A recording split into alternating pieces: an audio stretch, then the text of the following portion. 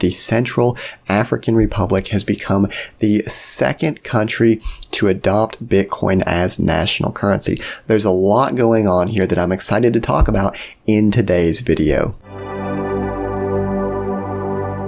Hey everyone, and welcome back. This is the Part-Time Economist, and in today's video, we're going to be talking all about this announcement that Bitcoin will be national currency legal tender in the Central African Republic. But first, I do want to say that this is for information and educational purposes only. It is not a financial advice video. It is not a pro-Bitcoin video. It is not an anti-Bitcoin video.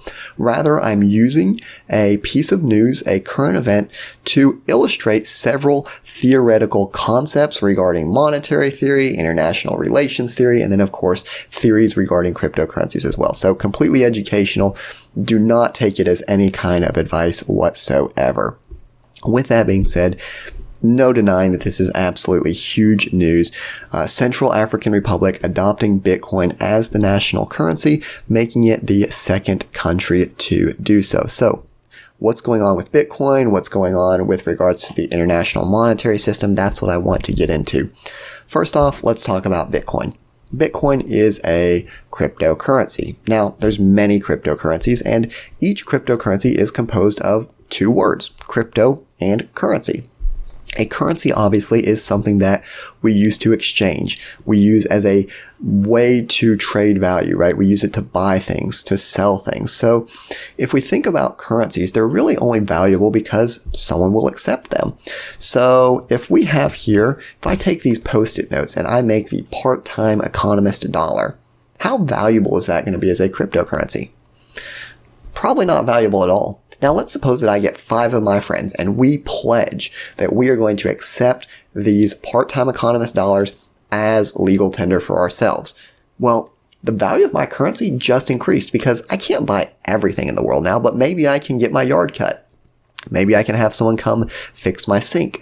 What if I get 1,000 people, 1,000,000 people to accept my Part-Time Economist dollars? Now, I have got such a more powerful currency because I can trade it with more people. I can get more things for it.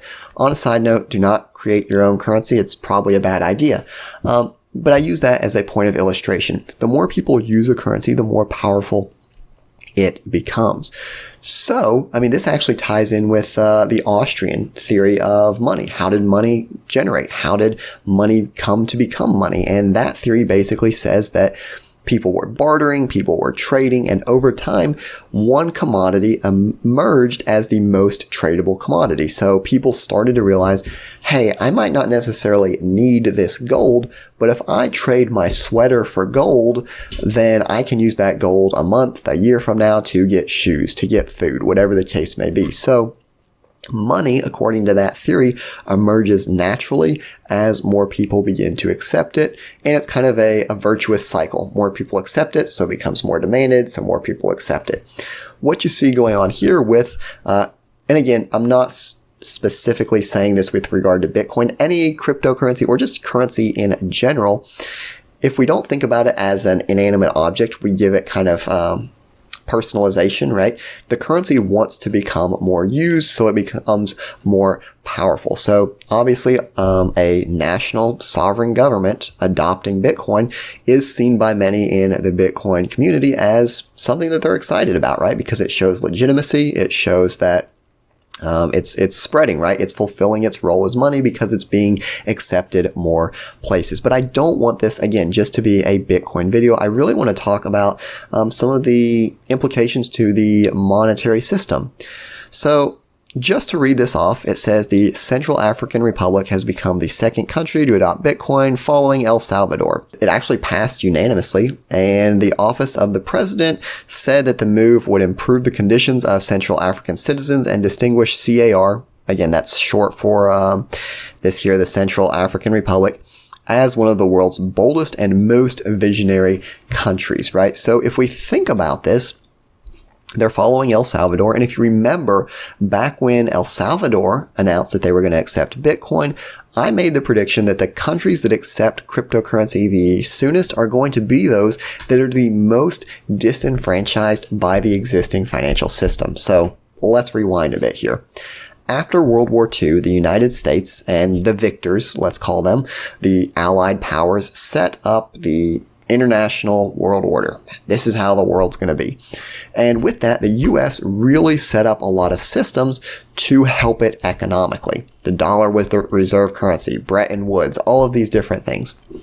And that helped America because we could print our own money. And if you remember from our part-time economist dollar, anyone can print their own money, but if no one accepts it, doesn't really do you any good. Because we have these advantages, we can print our own money with not certainty, but we can know it's going to be accepted, right? It's going to be accepted even if we don't necessarily follow sound financial policies. We can export our inflation. We can basically print dollars to build up a huge military, whatever the case may be.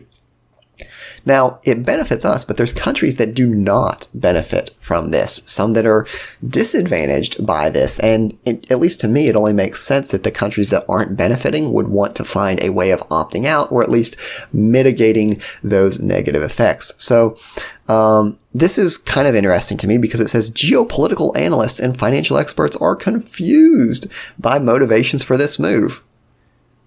I don't know why they're confused.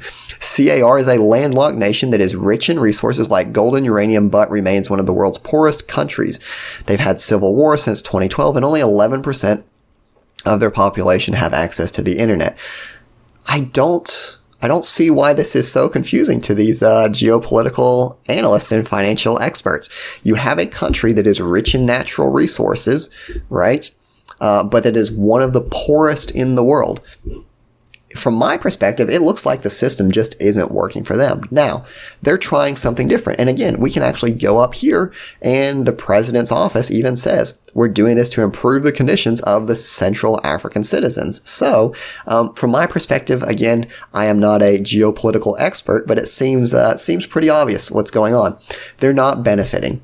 And they may even feel that they're being disadvantaged, that they're being oppressed by the system. So they're trying to find a different way. Now, let's be clear. Bitcoin is not, or cryptocurrency in general, is not a miracle cure for everything, right? You see here, they do have civil war. They do have low access to internet. So the fact that they're a poor country doesn't necessarily mean that adopting Bitcoin is going to change all that overnight. It might help. It might not. It might help a little bit. But the bigger point is that they're trying something different. And I think that's really what you're going to see with a lot of countries. It might not be a solution, but they're going to try it. They're going to say, you know what, what we have, it isn't working. So let's go with something different. And I think that's the biggest driver. Now, as we go throughout the article, you'll see a couple different theories. Basically, they use the CFA franc as the currency, which is backed by France and pegged to the euro. Some people are saying they're doing this to kind of undermine and rebuke France. That's possible, I guess. Others say that the move could be tied to CAR's close relationship with Russia. If you remember, Russia getting kicked out of the SWIFT payment system following the invasion of Ukraine, right? Again, could that be a reason? Yeah, it could be. And I think you see with crypto, you see multiple reasons, right? So part is that the crypto isn't controlled by one national government. So it's kind of a level playing field. But also, not only is it a decentralized currency, but it's also permissionless. So we can't kick Russia out of Bitcoin. We can't kick CAR out of Bitcoin, right? So countries that might have a strong economy, but that are worried about getting kicked out of these international systems, really, they might find additional reasons to perhaps get interested in cryptocurrencies for that purpose, in addition to the monetary aspects. I do want to also take a look at this CNBC article. Again, you see here, it's rich in diamonds, gold, other valuable minerals, but ranks as one of the poorest countries. Again, I really think you have your reasoning and your logic right there. Experts suggest this move could help small countries like CAR reduce their dependence on US dollar for global trade. And again, that is exactly what I'm talking about. The system might not be working for them, so they say, hey, let's try this crypto thing. Maybe it works, maybe it doesn't, but we're trying something different.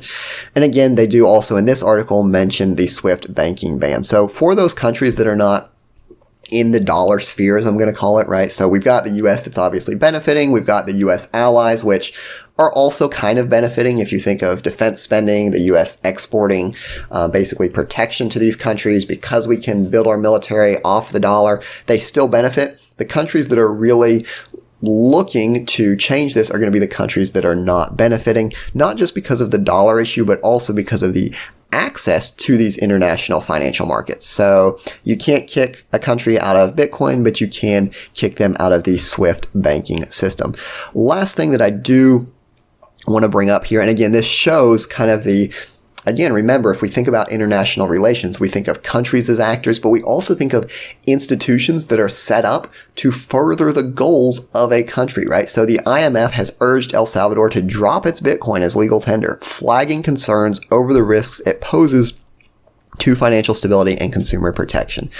Again, there's a bit of truth to this, but I think we could also look into it and see perhaps other motives as well. So yes, within crypto, consumer protection, if you send crypto to the wrong address, it's going to be very hard, if not impossible, to get it back. Financial stability. If your country goes into a recession, you can't print additional Bitcoin to do a bailout, right? Some people would say that's bad because it doesn't allow the government to intervene. Other people would say that that's good because it forces the economy to readjust quicker, even if it's a short-term hardship. Whatever the case, some of those are obviously legitimate concerns. However, we also have to think if the IMF is trying to kind of subtly maintain US dollar hegemony, if it's trying to kind of preserve this dollar world order, obviously they're going to want these countries not to do this whole cryptocurrency thing as well. So as with everything, there's multiple ways of looking at it. The IMF, of course, is just one actor of many on the international stage, but I'd be interested to know what you all think about this. Do you agree that kind of with my theory that the countries that get into crypto the quickest are going to be those that are disenfranchised by the international system? Or what do you think about this decision? What countries do you think are next? I love going through and reading the comments, so leave them below. I will check them out. I'd like to thank you for watching the video, and I'll see you next time.